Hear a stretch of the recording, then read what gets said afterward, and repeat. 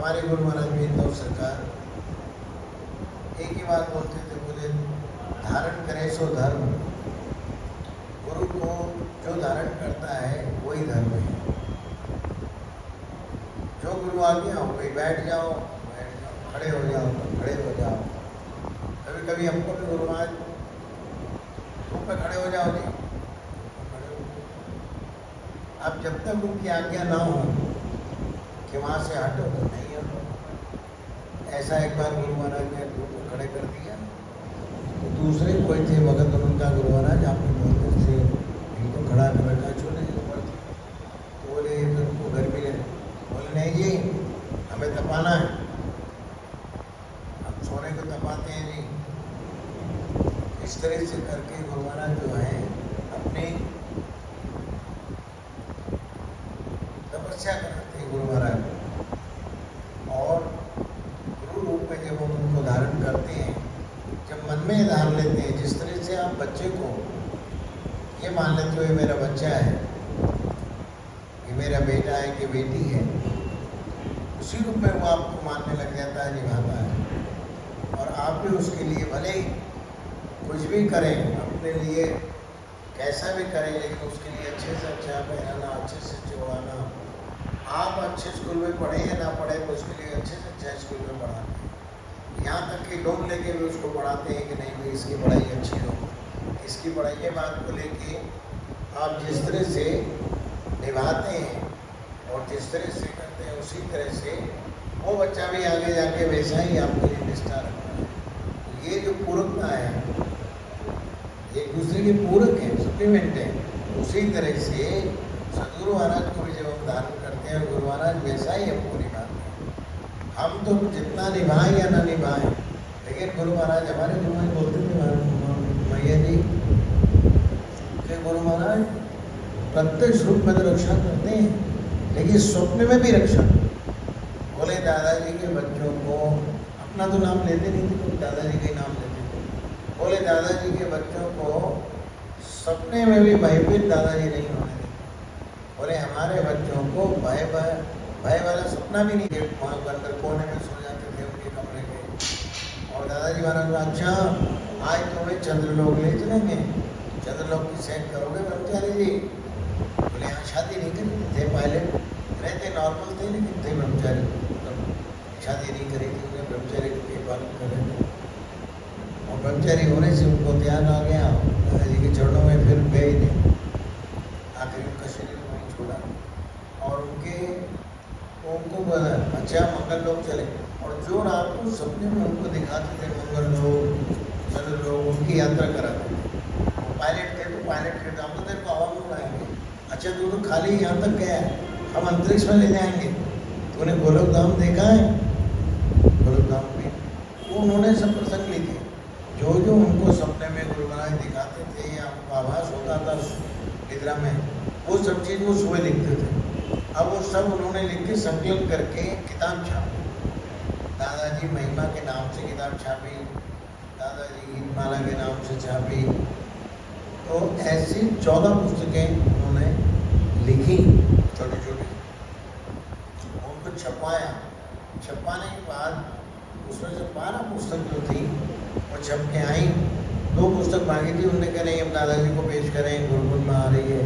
तो दादाजी महाराज खटवा में जो बड़ा कुआं है, बहुत बड़ा कुआं है हरिनोट के सामने, तो वहाँ कुएँ खुदवा दिया था, लेकिन बारिश आने वाली थी। बारिश आने की वजह से वो वापस धंस नहीं जाए, पट्टी से बंद नहीं हो जाए, इसलिए दादाजी महाराज 7 दिन तक, 7-8 दिन तक कुएँ को वहीं बैठे रहे, वहीं खुद भी पाना प्रसाद सबको खिलाना, और रात दिन उसको लग के कुएँ को बनवाई। बहुत मोटी 14 इंची की 18 इंची की दीवार है उसके अंदर, अपनी ईंटें दिखती हैं उसकी, और उसको बनवा रहे थे। बनते बनते वो ब्रह्मचारी जी आए, बोले दादाजी आपने जो भी मुझे स्वप्न में दिखाया, जहाँ जहाँ की सैर कराई, उसका मैंने सब ये इतिहास लिखा है। बोले अच्छा हम सन्यासी हैं, हमारा काय का आदि और अंत। बोले हम तो सन्यासी हैं। और जबकि छोटे राज नॉर्मल कपड़ा पहनते थे, कुर्ता भी, मनमल का कुर्ता, भी पजामा पहनाते, कोई टोपी लगाते थे। आपने लोग देखे ही दादाजी के छोटे राज के, उस तरह से मुकुट पहनाते, कोई सोने का मुकुट, जाने सब पहनते थे। तो उन्होंने जैसी पेश करी, बोले क्यों लिखा है? तो बोले दादाजी जो जो आपने मेरे को महिमा बताई। बोले तेरे को बताई, लिखा क्यों? तो उस समय उन्होंने कहा था, देख हमारे यहाँ छिपना और छपाना, छपाना है प्रिंटिंग, छिपना है नहीं, ये मना है। ये बात जब भी तो इसीलिए अपने यहाँ कोई भी इतिहास नहीं छपता नहीं। और फिर उन किताब को उनसे ले लिया, उन्हें पेश करी, तो जरा से उसके पन्ने पलटे और पलट के दादाजी महाराज ने वो जो कुआं बन रहा था उसकी चिनाई हो रही थी, उस चिनाई में उसको रखवा दिया, रखवा के ऊपर से दीवार बनती गई, उसको वहीं उन्होंने कुएं के नींव में दादाजी महाराज ने छोड़वा दिया और उस पर चिनाई हो गई। 2 किताब बची थी, उनने बहुत भाव से लिखा था, वो उन्होंने किताब दादाजी को पेश ही नहीं करी। बाद में वो खुद रखते थे, पढ़ते थे। बाद में उनके पास जो है वो एक छोटे लाल नाम के भैया थे, उनके पास आई, उन्होंने उसको छपाया। तो आज भी वो 2 किताब के नाम से मिलती हैं, केशव विनय वो प्राकृतिक केशव गीता। तो प्राकृतिक केशव गीता जो है उसके अंदर थोड़ा उनके बातें कि उनको सपने में कहाँ ले गए, छोटी मोटी बातें बाकी। और केशव विनय के नाम से उसने दादाजी के कुछ भजन है, दादाजी की स्तुति है, वो अपने बेगम जी पढ़ते थे, अपने वो मास्टर जी भी पढ़ते हैं, भागवत जी के साथ में पढ़ते हैं। तो लेकिन फिर भी हमारे गुरु महाराज को एक बार मैंने कहा, मैंने चंद्रता जी खंडवा गए, खंडवा जाके वो किताब में दादाजी पढ़ी, दादाजी किताब बोले अच्छा बेटा ये रख लो, पढ़ने पढ़ाने की ज़रूरत नहीं है। फिर ये बात बताई थी कि दादाजी ने इस तरह से वो रखवा दी और उन्होंने कहा कि हमारे यहाँ छिपना छपाना मना है। तो बोले दादाजी अनंत। अच्छा उस समय ब्रह्मचारी जी ने कहा कि दादाजी का क्यों छपवाई तुमने? तो बोले दादाजी लोग आपकी लीला जानेंगे। बोले देखो जी हमारी लीला हमको जिसको जनाना है हम उसके मन में जनाएंगे, मतलब हमको जिसको बताना है उसके मन को बदलेंगे, उसके मन में प्रेरणा के रूप से हम देंगे। ये पढ़ने पढ़ाने से हम नहीं देंगे। अपने यहाँ जो भी दादाजी की कृपा है वो सब भक्तों के मन में गुरु महाराज प्रेरणा के रूप में देंगे। अपने आदि इतिहास दादाजी महाराज जो है स्वयं मन की प्रेरणा में ला के हमें बता, जबकि पढ़ के भी प्रेरणा बनना चाहिए। और दादाजी महाराज प्रत्यक्ष प्रेरणा के रूप में अपना अनुभव करवाते हैं। ये कितनी बड़ी गुरु महाराज की कृपा है। लोग पढ़ के मनन करके और बरसों लगते हैं उनको उस पढ़ के उस भाव में आने की प्रेरणा शुरू हो, प्रेरणा के रूप में हमें आ जाए। इसी तरह से दादाजी महाराज जो है प्रत्यक्ष और समर्थ गुरु। दादाजी महाराज की प्रत्यक्षता हमारे गुरु महाराज में हम जो बोल देखो यहाँ तो हाजिर नाजिर का खेल है। बोले बेटा हाजिर नाजिर का खेल देखा? ऐसा कभी तो बोलते बोले हाजिर नाजिर का खेल देखा? तो हम कहते हाँ, हम चुप रहे थे। तो बोले हाजिर नाजिर का खेल देखा तुमने? एक बार सन 82 में एक हमारी गाड़ी आई थी मर्सिडीज बम्बई में, तो उसका कस्टम क्लीन वगैरह के लिए हम जाते थे हमारे ओवरहेज, और रोड पार करते समय तो ओवरहेज जी मेरे आमतौर पर तो वो हाथ पकड़ के मुझे पार कराते थे, कहीं भी सड़क पार कर, बिल्कुल वो बहुत मानते थे, बिल्कुल गुरु महाराज के साथ बैठते थे तो बिल्कुल उंगली छोड़ते नहीं थे हमारी, बिल्कुल साथ में नहीं, बच्चे जैसा ध्यान रखते थे, जैसे बच्चे जैसा हमारा उंगली हाथ पकड़ के पास रखना, सड़क पार के इतना वो ध्यान रखते थे ओवरहेज, बहुत भाव वाले और बहुत बड़े ऑफिसर थे, जापानी कंपनी में है, तो उनको ड्यूटी थी जाने की, पढ़े लिखे वो थे, इंग्लिश वगैरह तो हो जाते। तो एक दिन वहाँ लाल बत्ती खड़े खड़े पता नहीं उनको इधर उधर देखने लगे क्या हुआ, और उनका हाथ छूटा और एकदम से वो मैंने पार किया, वो जैसे वो रह गए वहीं और हमने पार किया, जैसे पार किया गाड़ी ऐसे आई तो मेरे को एक आदमी ने जैसे हाथ पकड़ा, सफ़ेद कपड़े में पहने, और हाथ पकड़ के उन्हें उस पार कर दिए और एकदम से गाड़ी निकली। इतने में बाद में हो रहा है जो है तो हो रहा है गुस्सा होगा पहले तो ये क्या किया मैंने, क्यों हाथ छुड़ा के इधर आए, ये कभी ऐसा हो जाता, मैं सरकार को क्या जवाब देता, नाता जी को क्या जवाब देता, मैं ऐसा हो जाता, वैसा तो बहुत दिनों में गुस्सा आना स्वभाव था, गुस्सा आया उनको। तो बोले आप बचे कैसे? अब उनका सवाल ये था कि एकदम मैं तो खुद देख रहा था कि मैं तो समझा झपटते में आ गए गाड़ी के, तो मैंने कहा भाई मेरा तो हाथ किसी ने पकड़ा। बोले कौन? के सफ़ेद कपड़े में कुछ था, एक बड़ा सा साल में, और बाहर करके यहाँ खड़े थे, अभी आपके आने थे, मैंने मेरे को पकड़ के रखा था उन्होंने। तो बोले अब कहाँ है, मैं भी देख रहा, वो भी देख रहे, कोई भी नहीं। अब इतने में सब होके हम आए, अन्नदा जी को, अन्नदा जी खिड़ीघाट विराजमान। हम ट्रेन से खंडवा आए, खंडवा से वहाँ से वहाँ आए खेड़ीघाट, अन्नदा जी विराजमान थे। बोले बेटा अब तो हमने बचा लिया है, अब तो हमने सड़क पार करा दी, पर अब ऐसे सड़क पार नहीं करना। अब ये आती हमें प्रणाम किया और बोला जबकि उस जमाने कोई फ़ोन कुछ भी नहीं थे, 82 के बाद कोई ऐसा टेलीफोन या कुछ वहाँ मोबाइल वगैरह थे नहीं। तो वो जो गुरु महाराज कहते थे कि हाजिर नाजिर का खेल देखो, वो गुरु महाराज ने स्वयं हाजिर नाजिर का। इसी तरह से आज भी दादाजी महाराज की, गुरु महाराज की प्रत्यक्षता का अनुभव गुरु महाराज जो है हाजिर नाजिर के रूप में दिखाते हैं। ये गुरु महाराज की कृपा है, गुरु महाराज की दया है। ऐसी कृपा और दया जो है गुरु महाराज हम पर है, वैसे आपके ऊपर भी हो, सबके ऊपर हो। खूब आपका भाव बने, प्रेरणा हो, और प्रेरणा का स्रोत में गुरु महाराज विराजमान होके और अपनी आज्ञा रूप से चलाएं।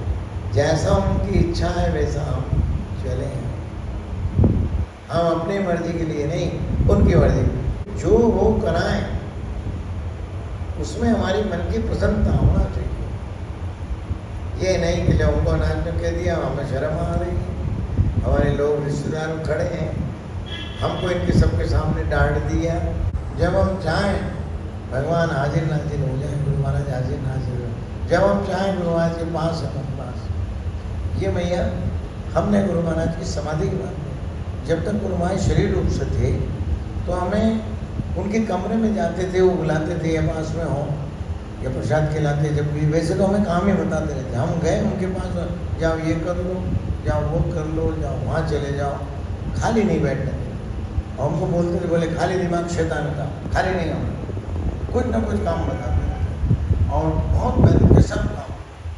लकड़ी आई है, लकड़ी का ट्रक खाली करो, तो हम 2-4 दिन में लकड़ी का ट्रक खाली करते, जमाना ढूंढने की लकड़ी के लिए, भंडार की लकड़ी का जमाना, ये काम सब तरह का काम करते, खेती का काम, ये काम, बगीचे का काम। और शुरू से रुचि भी थी हमारे तो बहुत खूब करवाना। लेकिन जब भी उनके पास प्रसाद खिलाते बैठते या कुछ पूछते, बस इतनी देर, तो गुरु महाराज का जो सानिध्य था वो ऐसा सानिध्य था। लेकिन उनकी समाधि के बाद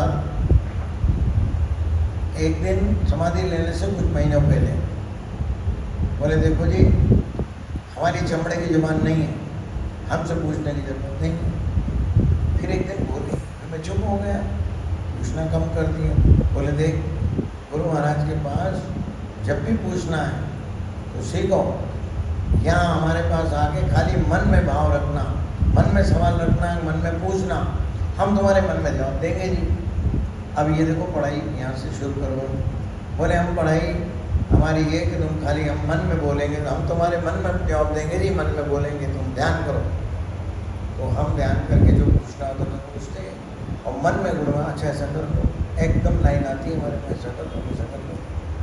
और वो बात उन्होंने एक दिन बोला, बोले देख बेटा हमने जो बोला था चमड़े की जुबान, बोले शरीर है, शरीर तो आना जाना है, शरीर तो आज निकल आना जाना है, लेकिन कल तेरे को अधूरापन लगेगा यदि पूछना पाछना यही करता रहेगा। तो कल जब शरीर नहीं होगा तो क्या करेगा, फिर किससे पूछेगा।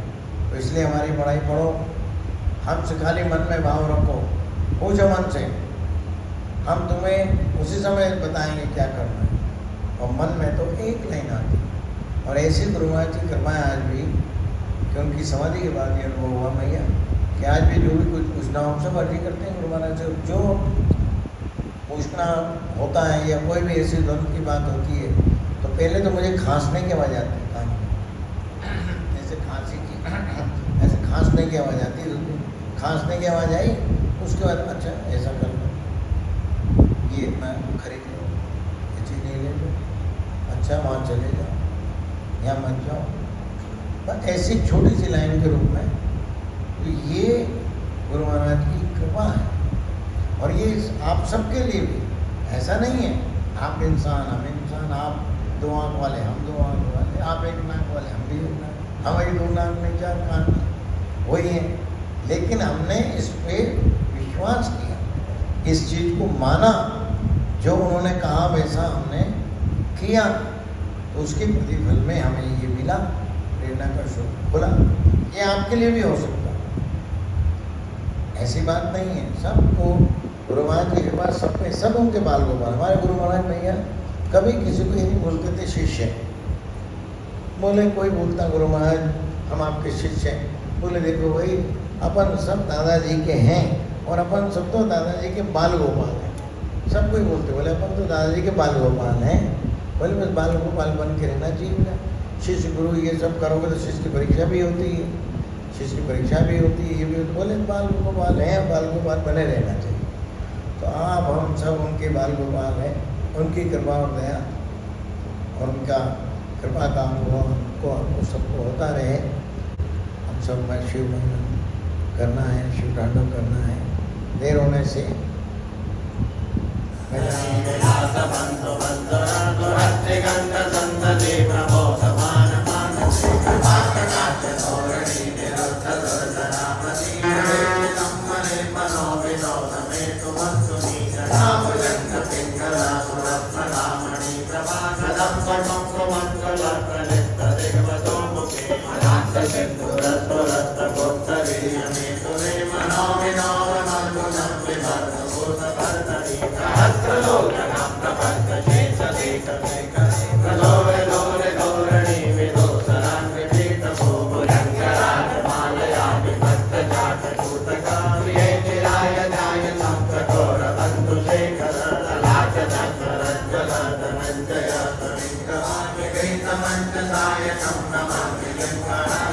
सुधामयो कले कयामि